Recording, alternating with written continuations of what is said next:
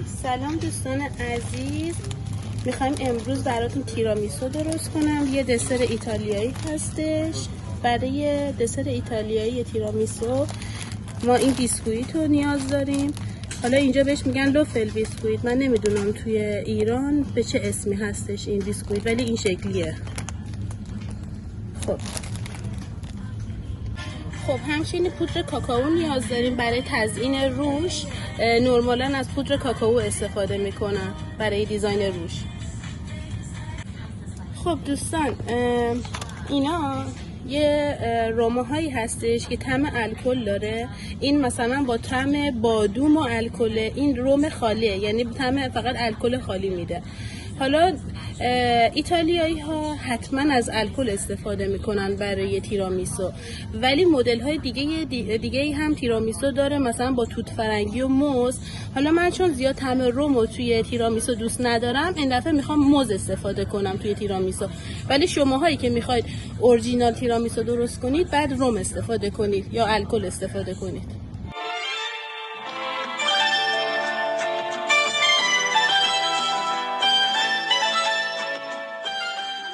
خدمت دوستای عزیزم، امروز میخوام براتون دسر تیرامیسو براتون درست کنم.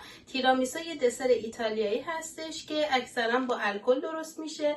یه سریام با روم درست میکنن، یه سریا با موز و توت فرنگی. ولی من امروز چون مهمون دارم و اونا با طعم الکل و روم دوست ندارن، تصمیم گرفتم که براتون تیرامیسو رو با طعم موز درست کنم. با من باشید تا 0 تا 100 تیرامیسو رو بهتون آموزش بدم. خب دوستان عزیز، ما بیسکویت تیرامیسو نیاز داریم که این شکلی هستش که براتون تو فروشگاه نشونتون دادم. بعد 3 عدد موز نیاز داریم. حالا یه سریا شاید بیشتر موز بخوام میتونن 4 تا بریزن، حالا من 3 تا فعلا میریزم و رنده میکنم موزا رو. 3 تا تخم مرغ میخوایم، ولی ما تخم مرغ رو فقط زردش رو نیاز داریم، سفیده تخم مرغ رو ما نمیخوایم، زردش رو جدا میکنیم و میزنیم با دستگاه. خامه مسکرپونه میخوایم. بهتون گفتم اون روز توی فروشگاه که کسایی که مسکرپونه براشون سنگینه و دوست ندارن میتونن خامه 30% خودشون بخرن و تو خونه بزنن اون خامه رو. یه خامه های آبکیه، کسایی که اروپا زندگی میکنن میدونن من کدوم خامه منظورم هستش. آبکیه، خودتون تو خونه باید بزنید. اون خامه ها سبکتر از مسکرپونه است. من خودم نرمالا از اون خامه ها میخرم تو خونه میزنم، ولی این دفعه به خاطر اینکه اورجینال تیرامیسو درست کنم شبیه خود ایتالیایی‌ها، به خاطر همین مسکرپونه گرفتم، ولی همیشه از اون خامه خودم استفاده میکنم. پودر کاکائو نیاز دارم برای تزیین روش. ما فقط میخوایم پودر کاکائو، داخلش قرار نیست استفاده بکنیم. خب بچه، من میخوام از دونه‌های کافی تازه استفاده کنم. حالا کسایی که دستگاه کافی میکر ندارن تو خونهشون، مثل این که خودش دونه کافی رو خورد کنه، ایرادی نداره. شما هم میتونید از این پودریای اسپرسو استفاده کنید که آماده هستش و تو ایران هم هست، موجوده. ولی فکر کنم مارک نستله تو ایران، همه اسپرسو مارک نستله فکر کنم. ولی حالا مهم نیستش مارکش، ولی بهتره که از اسپرسو استفاده کنید، پودر اسپرسو. خب من الان این دونه ها رو میخوام بریزم تو دستگاه کافی میکر.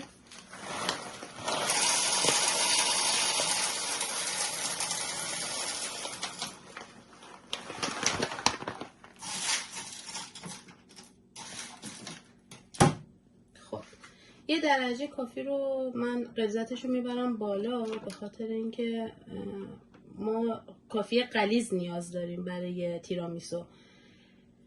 خب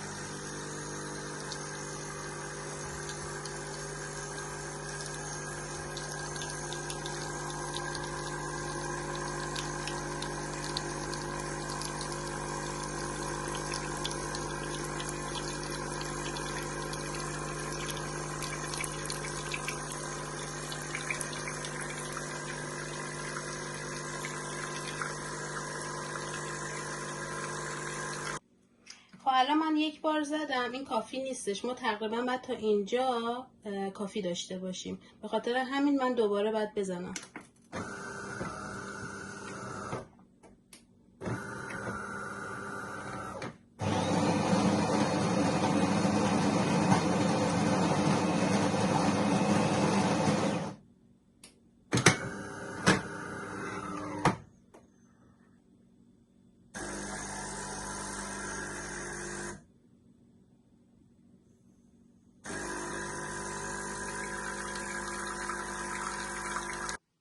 خب حالا میخوام زرده های تخم مرغ رو سوا کنم و تو کاسه بریزم، تو این کاسه ها بریزم که چون میخوام بزنم زرده ها رو.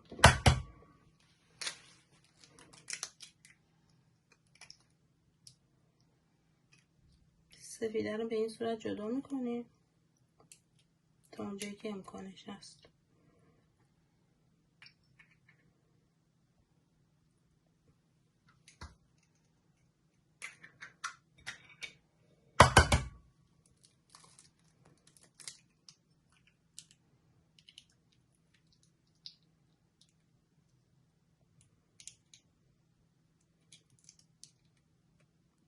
خب دوستان میخوام با دستگاه این زردهای تخم مرغ رو بزنم.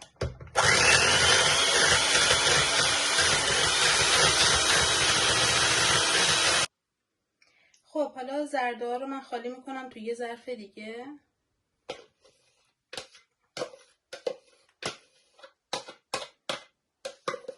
خب بعد خامه مسکرپونه رو بهش اضافه میکنم.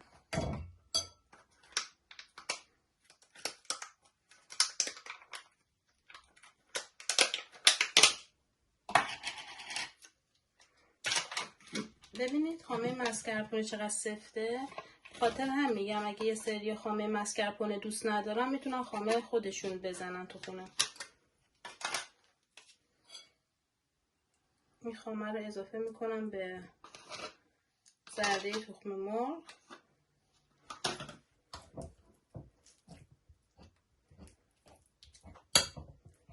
اینجوری هم میزنیم. یه خورده که شل شد دوباره یه حدود 10 ثانیه با دستگاه میزنیم.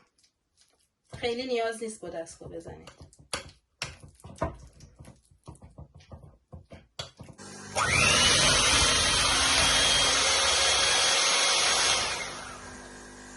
خب دوستان من خامه رو زدم. نگاه کنید با زرده تخم مرغ و خامه رو یه بار دیگه با دستگاه من زدم. خب دوستان این کافی ما هستش. من یه خورده داغه گذاشتم یه خورده ولرم بشه، به خاطر اینکه اگه داغ باشه بیسکویت رو بندازید توش بیسکویت حل میشه. بعد یه خورده دماش نه سرد نه گرم، ولرم باشه، معتدل باید باشه. این هم خاممونه که من زدم با زرده تخم مرغ. حالا ما باید موزا رو رنده کنیم و بریزیم تو این خامه قاطی کنیم. موزامون هم بهتره رسیده باشه، به خاطر اینکه من نمیخوام از شکر استفاده کنم. هرچی موز رسیده تر باشه خب شیرین تره دیگه من نیازی نیست شکر قاطی این خامه بکنم. میخوام از همین شیرینی موزمون برای این کیک استفاده کنم، چون خود مسکرپونه خیلی خامه سنگینی هستش. حالا ما شکرم بریزیم دیگه بچه‌ها چاق کننده میشه دیگه. حالا ما میخوایم یه شکر رو از توی این حذف کنیم، چون خود این بیسکویتای مسکرپونه هم شکر داره. خب حالا موزا رو من میخوام رنده کنم. پوست میکنم.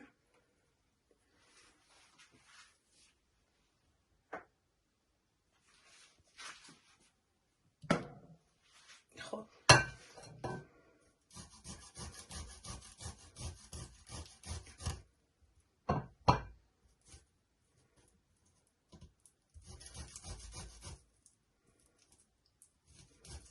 دوستان این کیکی که من دارم براتون درست میکنم یعنی تیرامیسو خیلی کیک محبوبیه توی اروپا و خیلی هم طرفدار داره. نه تنها توی ایتالیا بلکه تو تمام کشورهای مختلف اروپا که من سفر کردم دیدم این کیکو خیلی دوست دارن. بعد طعم اورجینالش با همون الکل که روم میریزن، یعنی الکل هم باز نمیریزن، اون رومایی که بهتون تو فروشگاه نشون دادم خود ایتالیایی‌ها از روم استفاده میکنن بیشتر. اون روم ها مزه الکل میده، در واقع الکل نیستش، طعم الکل میده، چون این کیکو بچه هم قراره بخورن دیگه، به خاطر همین اونا از روم استفاده میکنن که فقط طعم الکل به کیک بده، در واقع الکل واقعی نیستش. خب عزیزان، من موزا رو رنده کردم، حالا این موزا رو بعد به خامه اضافه کنیم.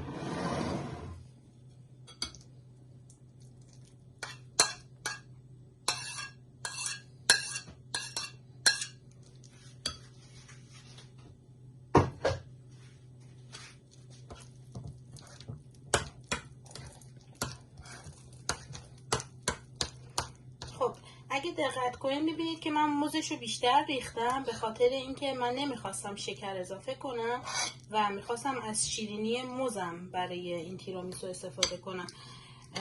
و همچنین بهتون گفتم که این بیسکویت ها خودش شکر داره.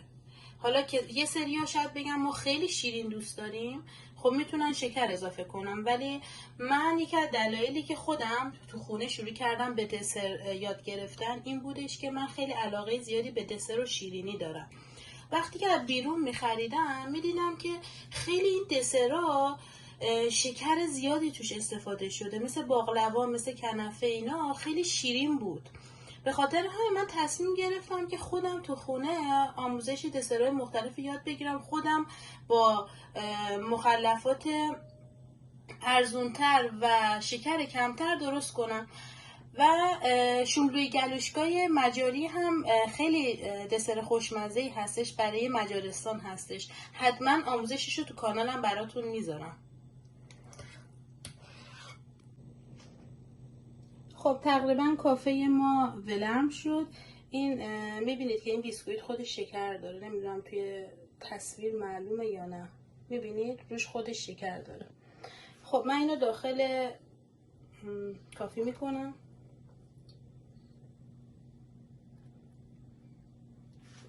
و میچینم توی ظرف.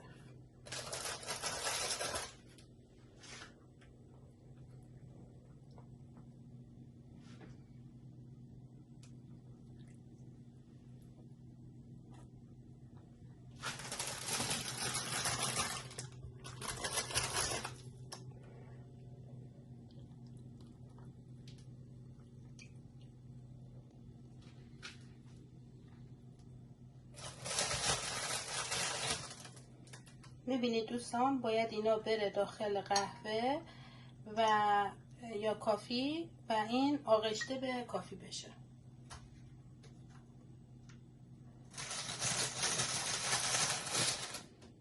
این کار رو تا زمانی که کل این ظرف پر بشه انجام میدم.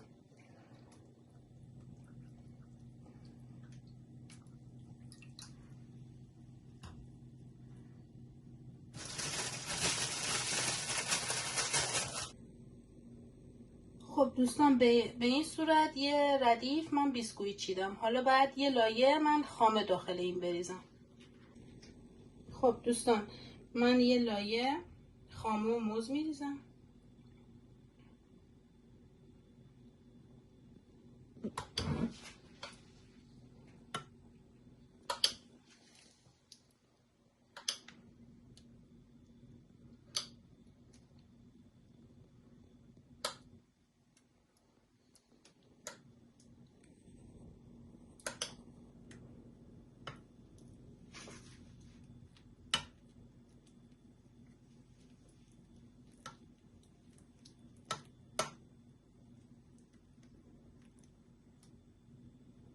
به این صورت دوباره روی این ما بیسکویت با قهوه میچینیم.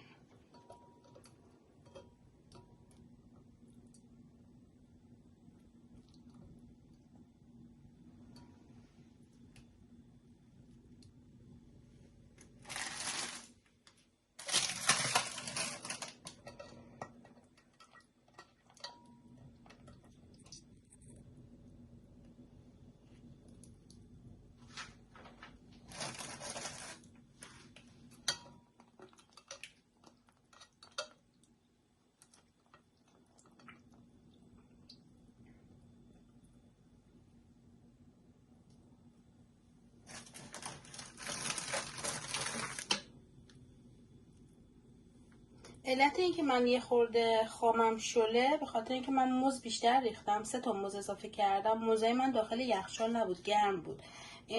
اشکال نداره چون این میره داخل یخچال، آبش کشیده میشه و داخل بیسکویت ها میره صفر میشه، به خاطر مهم نیستش. دوستانی که خیلی دوست ندارن طعم موز غلبه کنه میتونن از 2 تا موز استفاده کنن به جای 3 تایی که من استفاده کردم.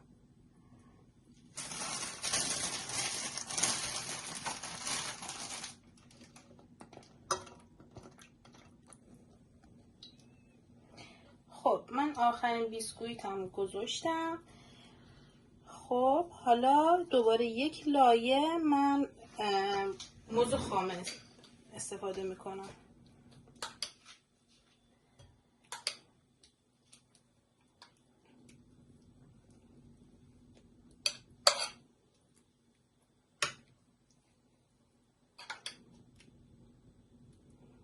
این مرحله که تموم شد دیگه میمونه فقط اینکه پودر کاکائو روش بریزیم.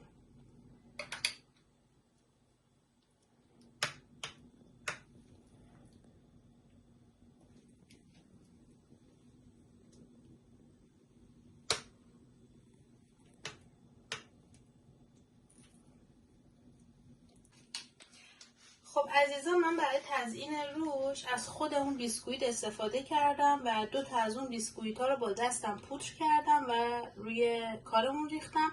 حالا میخوام کاکائو هم به تزیینمون اضافه کنم، پودر کاکائو.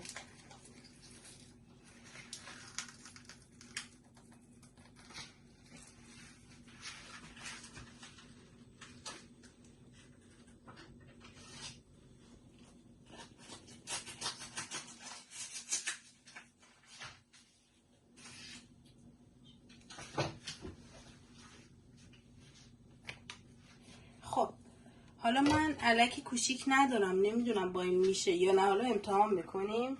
متاسفانه الکی کوچیک نیازه. حالا من دارم سعیمو میکنم. اگه الکی کوچیک دارید، میبینید دونه‌هاش درشته داخلش، اگه الکی ریزتر از این دارید خب خیلی بهتره، چون این میبینید که چقدر زیاد میریزه.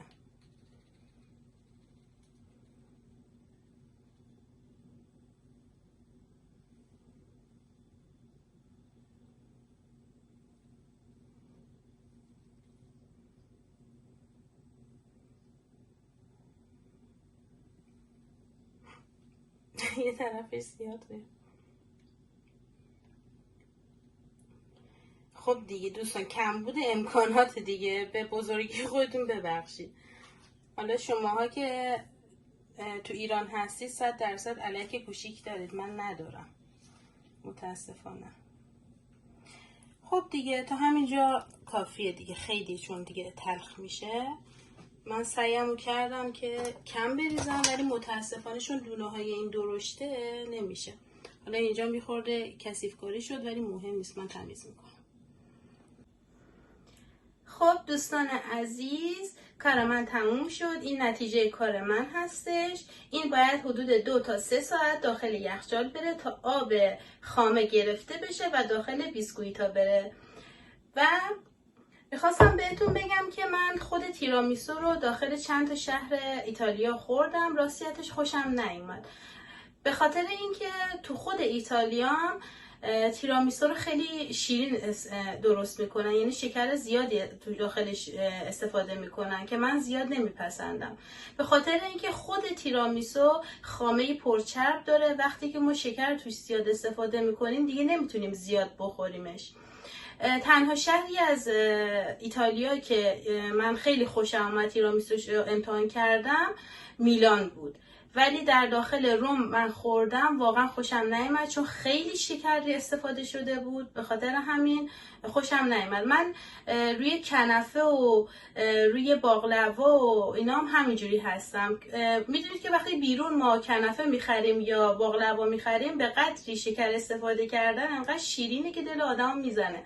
به خاطر من ترجیح میدم اینجور شیرینی ها رو خودم داخل خونه درست کنم با شیرینی کمتر. به خاطر اینکه وقتی که شما باقلوا رو خودتون تو خونه درست میکنید میتونید شیرینیشو تنظیم کنید، یه خورده کمتر بگیرید که دل آدمو نزنه. حالا من بعداً تو کانالم آموزش کنفه، باقلوا، لطیفه، شوملوی گلوشگاهی مجاری رو حتما براتون آموزششو میذارم. خیلی دوستتون دارم. حتما منو سابسکرایب یادتون نره بکنید. کانال من نوپا هستش. لطفا منو حمایت کنید. خیلی دوستتون دارم. موفق باشین. خداحافظ.